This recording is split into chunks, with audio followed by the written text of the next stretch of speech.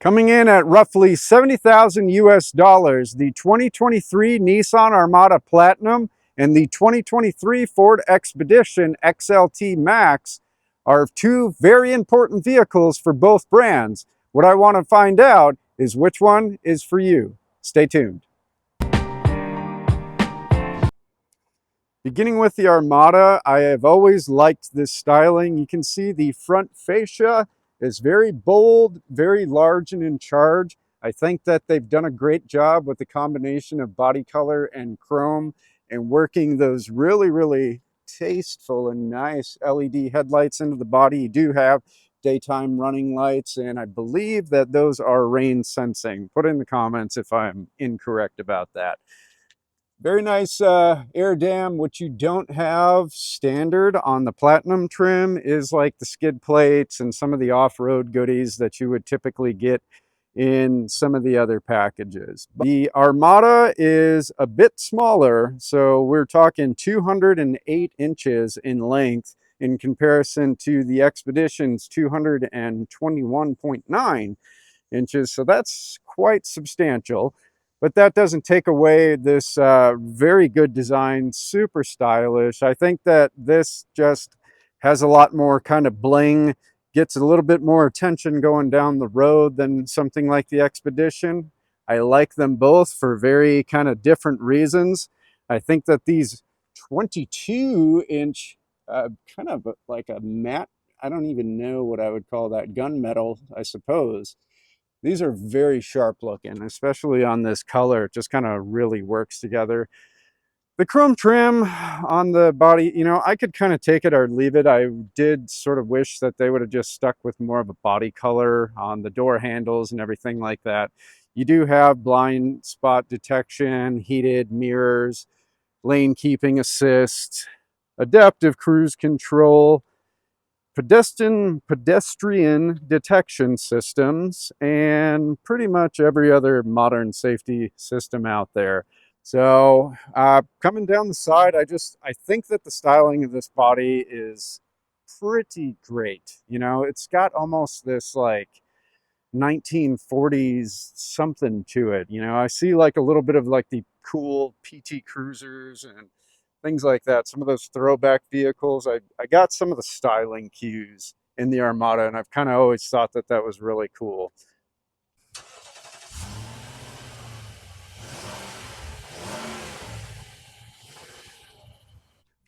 The Armada is powered by a 5.6 liter V8 paired to a 7-speed automatic transmission. It's making 400 horsepower and 413 pound-feet of torque.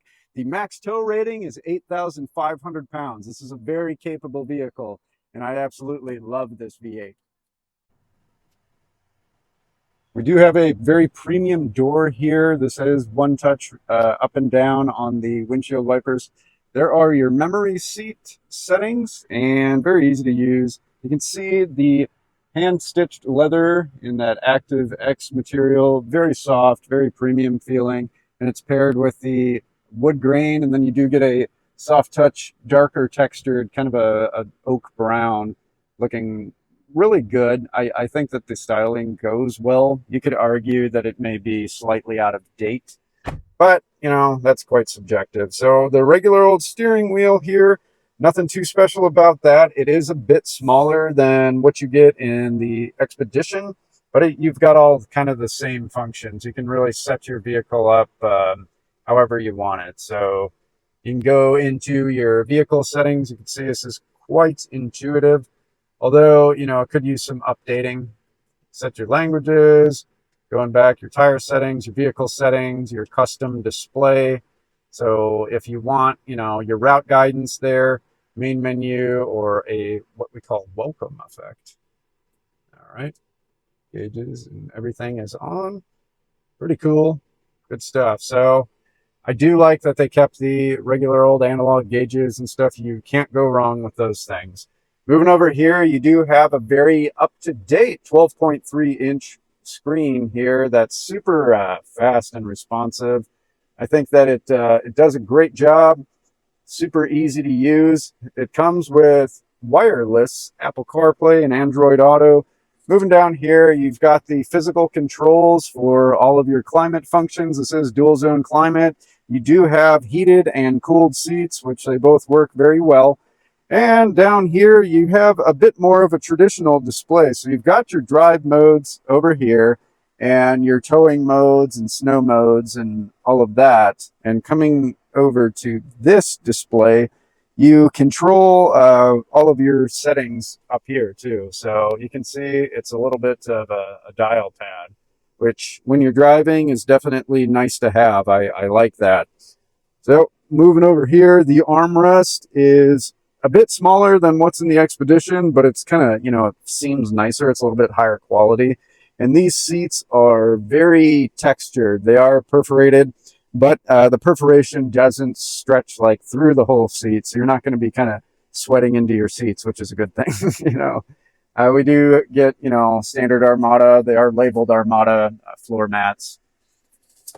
Coming over here, very standard glove box. Nothing really to write home about. I think that dash design is pretty cool. And that's where your airbag is. You don't have a second storage compartment. In the back, you do have the same patterned seats, and these are very, very comfortable. Your second row passengers are going to be very pleased with you. The armrests are very nice. You do have speakers into that. This has the 12 speaker Bose audio upgraded system. Sounds really great, especially in this size of vehicle. You kind of need something with that type of power. What you get is 2 standard cup holders right here. You do not have any in your center cluster down here, but what you do have is heated seats. Your climate controls are right here, and down below you do have a home outlet as well as a 12-volt USB-C and A adapters. Really a quite nice setup here, but we got a nice surprise for you. You got screens. Man, those passengers are freaking lucky. Those kids will be loving life. This comes with Wi-Fi hotspots, so you can connect all that to there, and they could be watching their Netflix or whatever in both seats. Really nice. Good touch, Nissan. With the flip of a switch. There we go. Look at how easy that is. Man, that's nice. So coming back here, the third row is relatively spacious, in my opinion. You can sit quite comfortably back here. As an adult, I don't think that you would want to put more than 2 adults back here, per se. With power liftgate, reveals a decent-sized storage area. You could probably fit your luggage and everything in here. Nothing too crazy.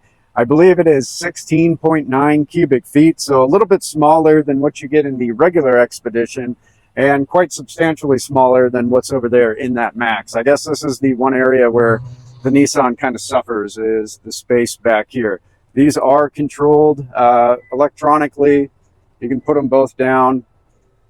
And that reveals quite a bit of cargo room. So you can see the Nissan is extremely practical, very usable. And what's included in these Platinum packages is you do get a covered kind of weather rear cargo mat, which is nice. And you've got some other goodies back here like cargo nets, things like that. So there is nothing, nope, I'm wrong. I'm a liar. You do have a little bit of a storage space down here. Put your jumper cables, all sorts of other stuff, not too bad. And underneath this is your fix tire kit. This does come with a full-size spare underneath the vehicle. So a really good package. I think that Nissan's done quite a good job. They could extend it out a little bit and maybe do like a XL edition, similar to what the Yukon does, or Ford with this Max here. So I think that would score a lot of points.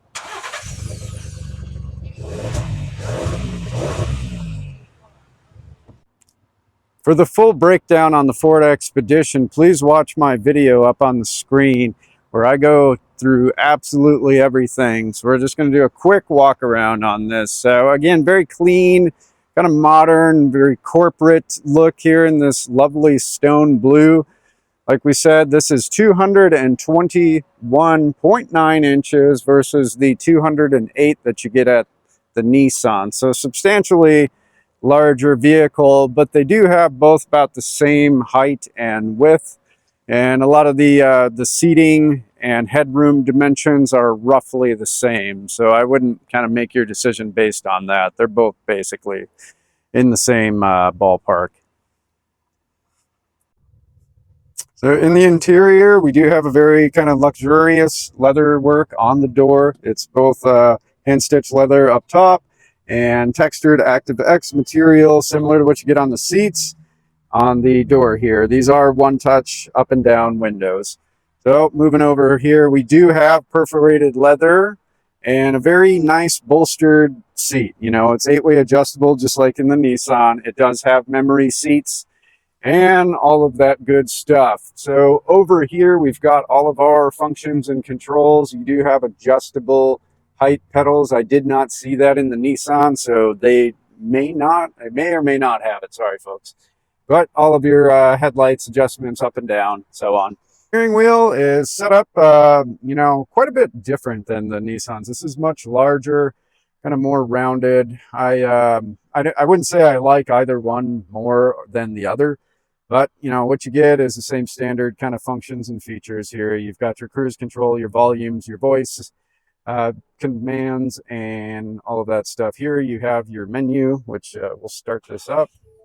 So that is what the Ford looks like on the startup. And you go in here, I think that it is a bit more modern screen than what we have over in the Nissan, but they're doing the same job. So, Over here we've got another 12-inch screen, just a different kind of layout in the Nissans. This does feel like it's a bit higher in a sense, like it's just got more surface. You have a functional extra space on top of your glove box, which you don't get in the Nissan. But overall, the Nissan's interior, I guess, would be kind of more luxurious, and it would be probably competing with something like the Expedition Limited, which runs you $87,000 or something like that. Like, just not even in the same, you know, playing field as the Armada. In the rear, we do have perforated seats, but these ones in the Ford are not heated. The ones in the Armada are. You've got a much larger pass-through here, but what this one is missing is kind of the center seat. So they optioned for the captain's chairs. You would have a standard 3-seat row if you did not do that option. So you can see revealing very comfortable seats in the rear. They do give you a USB charging in the rear on the Ford, and I did not see that on the Nissan. This is your tri-zone climate control, which you have the same thing in the Nissan. So nothing, you know, nothing too crazy. They're both very nice, very functional.